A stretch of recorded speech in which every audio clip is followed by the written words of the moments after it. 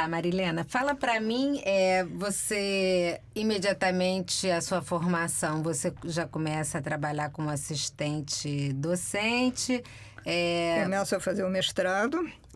Fala um pouco então desse mestrado. O mestrado Foi era... imediatamente quando você Imediatamente. saiu? Uhum. Também era a primeira turma. Mestrado na Federal, Engenharia de Produção. Era um professor inglês que tinha vindo organizar, então também era uma coisa que estava se estruturando. E tinha 2 matérias que eu achei interessantes para quem queria fazer desenho de produto, que era Engenharia de Produção e Economia de Produção. E eu fiz essas 2 cadeiras, mas no ano seguinte ficou muito voltado para engenharia, coisas muito técnicas que não me serviam muito mais. Aí eu encerrei por ali. E, paralelamente a isso, eu trabalhava no Conselho Nacional de Pesquisas, fazendo audiovisuais para as apresentações deles, mas eram slides, era todo desenhado. E isso eu gastava 2 horas no meu horário de almoço fazendo isso. Mas era alguma coisa ligada à programação visual.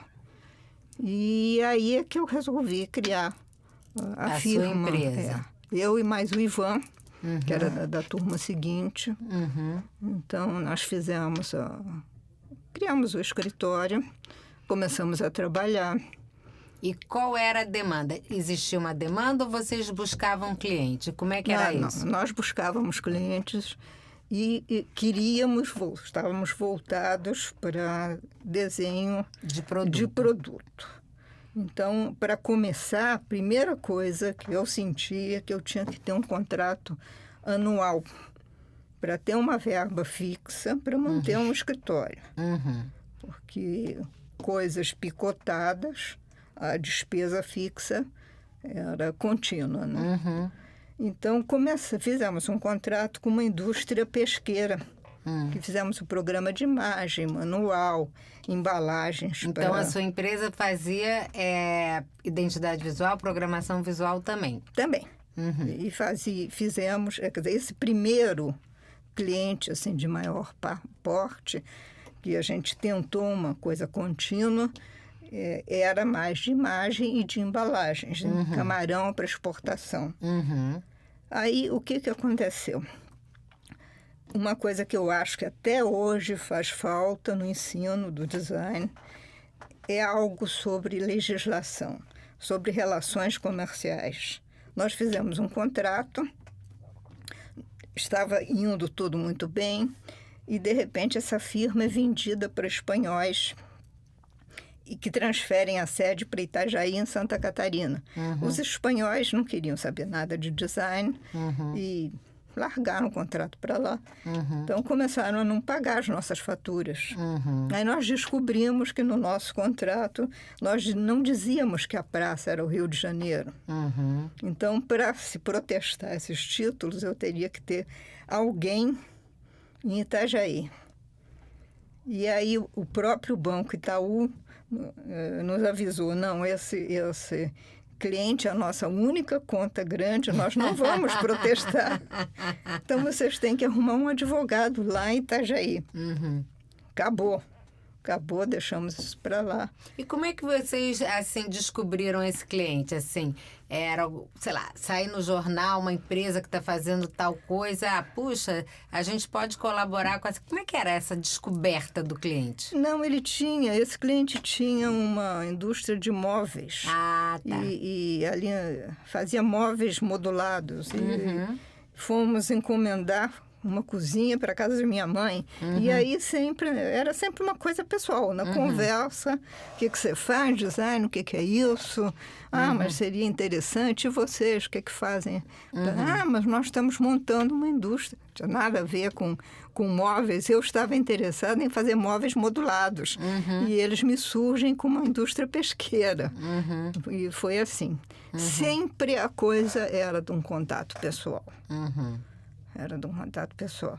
Aí fizemos um outro contrato com uma indústria. Era muito incipiente, estava começando aqui no país, as coisas eram muito precárias. fizemos um contrato com uma outra indústria que tinha comprado um maquinário para fazer bancos de espuma de poliuretano, porque eles estavam muito próximos àquelas montadoras ali em ramos de caminhões, de ônibus.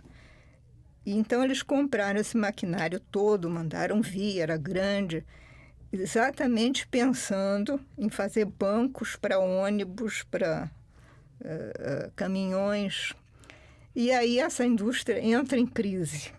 A parte automobilística entra em crise. Então, esse senhor queria, eu não sei nem como é que nós chegamos a ele, mas foi algum conhecimento pessoal. Ele queria fazer produtos para usar o maquinário dele. Uhum. Então, fizemos um contrato com ele e começamos a fazer. Aí foi muito interessante. Fizemos uma série de pequenos produtos para eles. Fizemos... Desses eu tenho fotografias. Umas poltroninhas que se encaixavam, moduladas. Uhum. E agora, era uma coisa...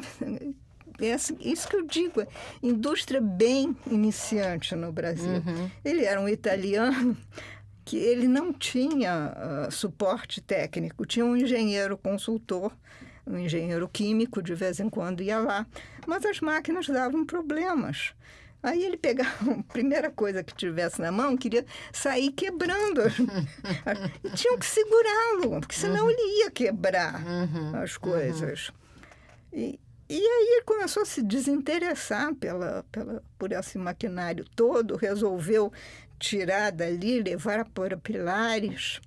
E aí houve uma inundação, isso levou meses, ele levou o maquinário todo para lá, e aí houve uma inundação, os tonéis saíram flutuando pela rua, acabou o nosso interesse por esse contrato. Uhum. Nisso eu já tinha terminado a sociedade com o Ivan, continuei sozinha, porque ele casou, ele fez uma pós-graduação que ia ocupá-lo 2 ou 3 anos, então ele se desligou e eu continuei sozinha. E aí começaram a surgir outros trabalhos, outros projetos, que esse até ficou esquecido. Então me chamaram para uma coisa interessantíssima, que era a fábrica de material de comunicação do Exército. Eles estavam ocupando a Amazônia, estavam fazendo a Transamazônica, e o equipamento de comunicação entre os soldados era feito, não tinha satélite naquela época, né? Era feito por rádio. E as copas das árvores impediam a transmissão. Então, eles queriam desenvolver aqui, numa fábrica que eles têm no Caju, um maquinário que ia nas costas do soldado com um rádio, que isso eles estavam desenvolvendo essa tecnologia brasileira. E eu fiquei muito entusiasmada, porque a coisa era interessantíssima, né? E fui tentar fazer isso. Bom, a negociação deste contrato levou meses. As cláusulas eram draconianas, e eu estou falando, Irilson, de comecinho dos anos 70, em que todo mundo tinha muito medo dos militares, e eu estava dentro de uma fábrica do Exército. Do Ninho das Serpentes. Do Ninho das Serpentes. Então, eles tinham uma das cláusulas. Eu tive que contratar um escritório de advogados que faziam direito preventivo, porque eu me senti muito insegura. Eles tinham uma cláusula que eu me obrigava a ter sigilo absoluto de tudo. Muito bem. Só que eu tinha que fazer cópias heliográficas e revelar fora. Eu tinha que pedir composição e fora. Então, como é que eu ia assegurar sigilo de terceiros? Não tinha como. Então, essa foi uma negociação muito complicada. Mas esse trabalho aconteceu? Não, eles investigaram, acho que minha vida até a 10ª geração. Finalmente, um dia, nós assinamos esse contrato. Muito pomposo, uma mesa com 300 coronéis muito bonitos, fardados, cheios de condecorações. Eu com 23, 24 anos, sozinha lá no meio deles. E no que assinamos esse contrato, de repente entra um grupo de outros militares que não sabiam o que estava acontecendo. E aí eu descubro que é uma briga entre eles. Uma corrente, é uma coisa até que tem sua lógica. Uma corrente queria desenvolver a tecnologia aqui. E a outra corrente, porque tinha pressa, queria importar para a coisa se dar num determinado tempo. E eles estavam brigando entre si. Aí eu entrei em pânico, porque eu disse, essa briga de cachorro grande e eu estou no meio disso, com cláusulas draconianas para o meu lado. Então, fiquei muito, muito medrosa. Mas o contrato tinha sido assinado. Aí eu digo, bom, amanhã eu vou trabalhar. Que bom, já começo. Eu tinha que ir trabalhar lá. Tinha partes que eu podia fazer no escritório, mas certa parte eu tinha que fazer isso lá. E aí, no dia seguinte, eu não pode. Esse contrato tem que ser homologado em Brasília. E lá se passa 2 meses, o contrato foi para Brasília e eu esperando a homologação. Até que um dia eu disse, bom, sinto muito, mas não vou mais fazer. E fui lá e disse, não vou mais fazer. Foi um pânico geral, né? A corrente dos que queriam importar ficou muito feliz, a outra ficou desesperada. E aí eu larguei isso para lá, encerrei, digo, não quero mais. Parei com isso. Aí, nisso, começo a fazer uma outra coisa. Essa, sim, foi muito interessante, então, foi até o fim. Essa aí a gente fala, fala depois. É.